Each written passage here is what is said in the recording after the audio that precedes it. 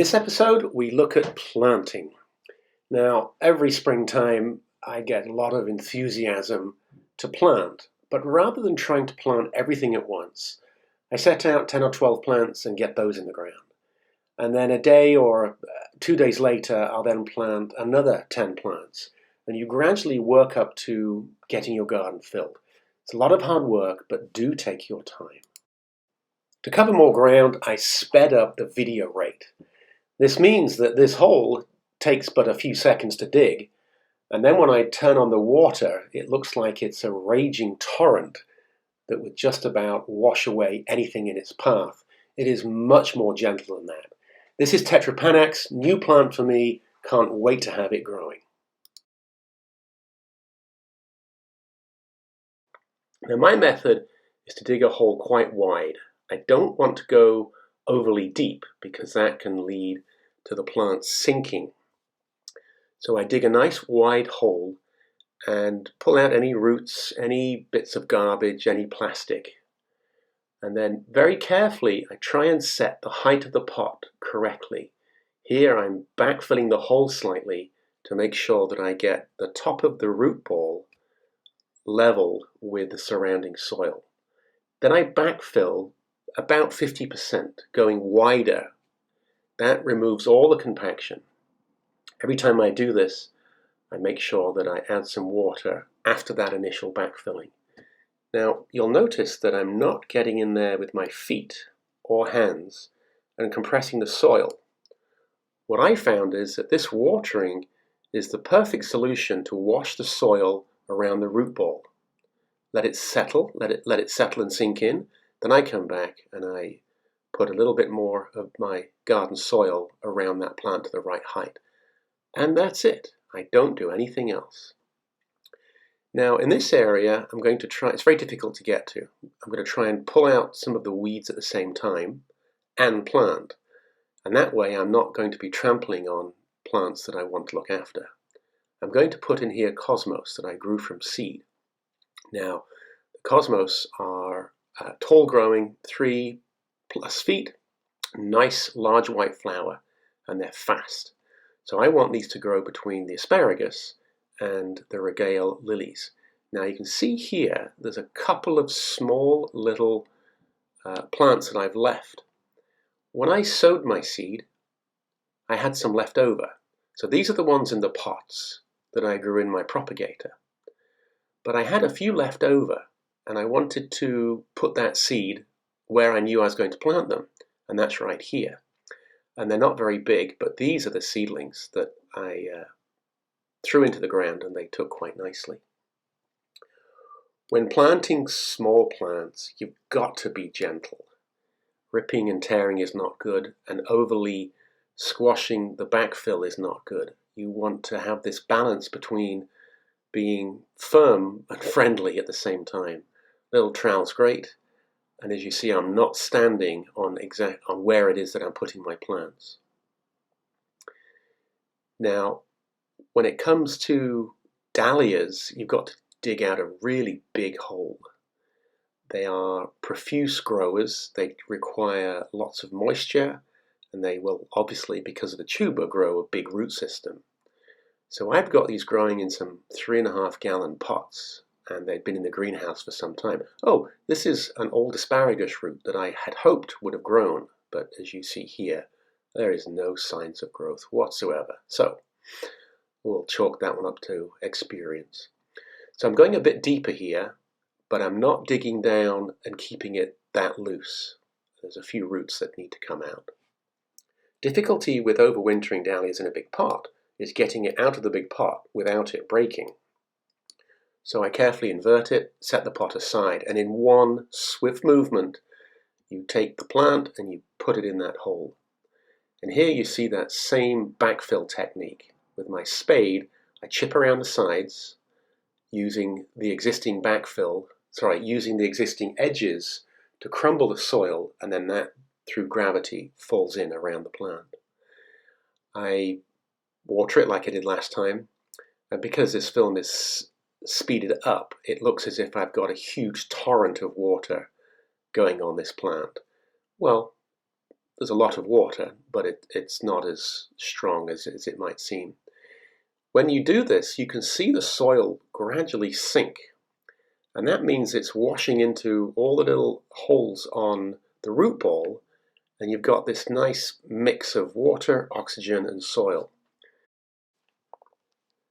Next to plant is a shady corner. Now this is Cardiocrinum giganteum, and as the name suggests, it grows very tall when it puts up this very large flower spike. Now that might not be for a few years, but Cardiocrinum is one of those plants that if you put it in 4 years ago, it would be flowering by now, but we never do it.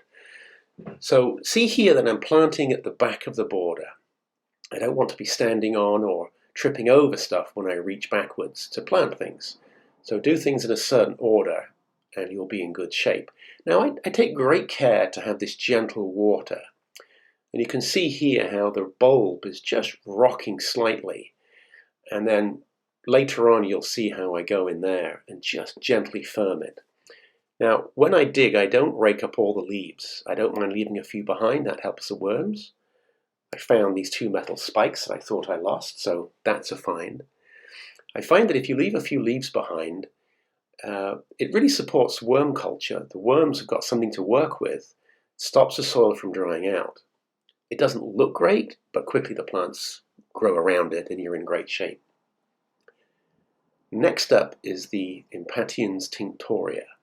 Now these are 3 cuttings I took from the mother plant, and they grew very well. They are robust, the root ball is nicely formed, and this shady spot really should help them flower nicely this summer. So always invert it, pinch the pot, and the pot comes out quite nicely. Now rather than using a spade here, because the root ball is so small, you just want to use your hand to do the backfilling. I have in a number of jobs many years ago cut off plants by using a spade too close to small little juvenile plants. Impatiens tinctoria could grow 3, 4, maybe even 5 feet high. It might actually grow up to block out and shade the Cardiocrinum, which is just fine. I don't know how big the Cardiocrinum will grow this year, but we will certainly find out. Now, the Impatiens tinctoria has got big thick roots. It grows a tuber, and I'm led to believe that I could actually have this plant over winter, and in doing so, that would be ideal for my needs. I can leave them here, put some mulch over it, and hopefully they'll come back next year. We'll see. I can't stress upon you the need to water immediately after you've planted. This is a shady spot, so it won't have the drying out capacity of some of the sunnier spots, but you've absolutely got to get water on your plants, and maybe do it 2 or 3 times. Here we have the mother Nicotiana alata grandiflora, looking very sad, but the new shoots are growing. This is a nice sunny spot by the gate, and then the 2 with the flowers are the 2 cuttings that I took, and they're going to go into a pattern of 3.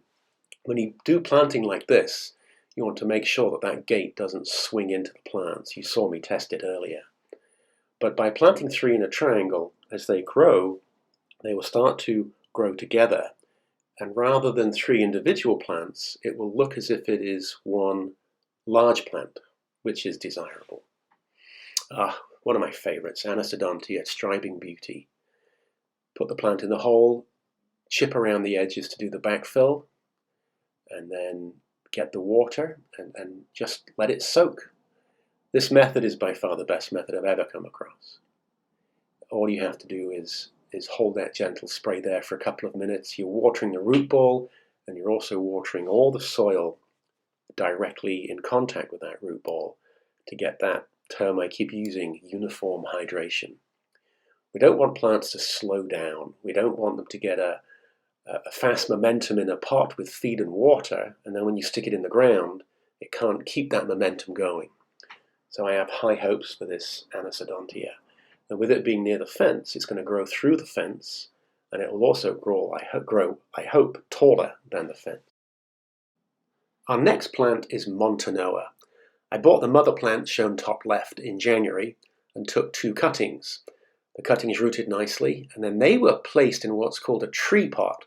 These are tall, narrow, grooved pots that really help train the roots to go down, and you get this very robust, long, thin root ball, ideal for planting. These plants will be placed in a triangle, just like the Nicotiana, and hopefully all three of them will grow, but it will look as if it's just one plant. I have high hopes for this plant. Now I'm going to plant here alata. This is right underneath the tree that currently has no name, and as you see the fence is looking pretty tatty. Now I put in this pot a bunch of crowns, and I just wanted them to overwinter. I wasn't looking for them to put out huge leaves. So what I want to have happen is these crowns will carefully get lifted, placed in the soil, and I want some of the leaves to grow up, and I want some of them to grow through the fence. It doesn't surprise me that the root ball shattered. It is not the end of the world. You just have to make sure that you plant them deep enough. They should match the depth that they were in that pot. So I'm carefully using some of the soil that came out of the pot to put back around the crown. This plant loves to have damp roots. It doesn't mind full sun location that I've got it in anyway. But you need to make sure that you charge the rooting area with water immediately. And if you look carefully, you can start to see the level of the soil. It just starts to sink as it settles. Now this doesn't look like much. It's just not very appealing.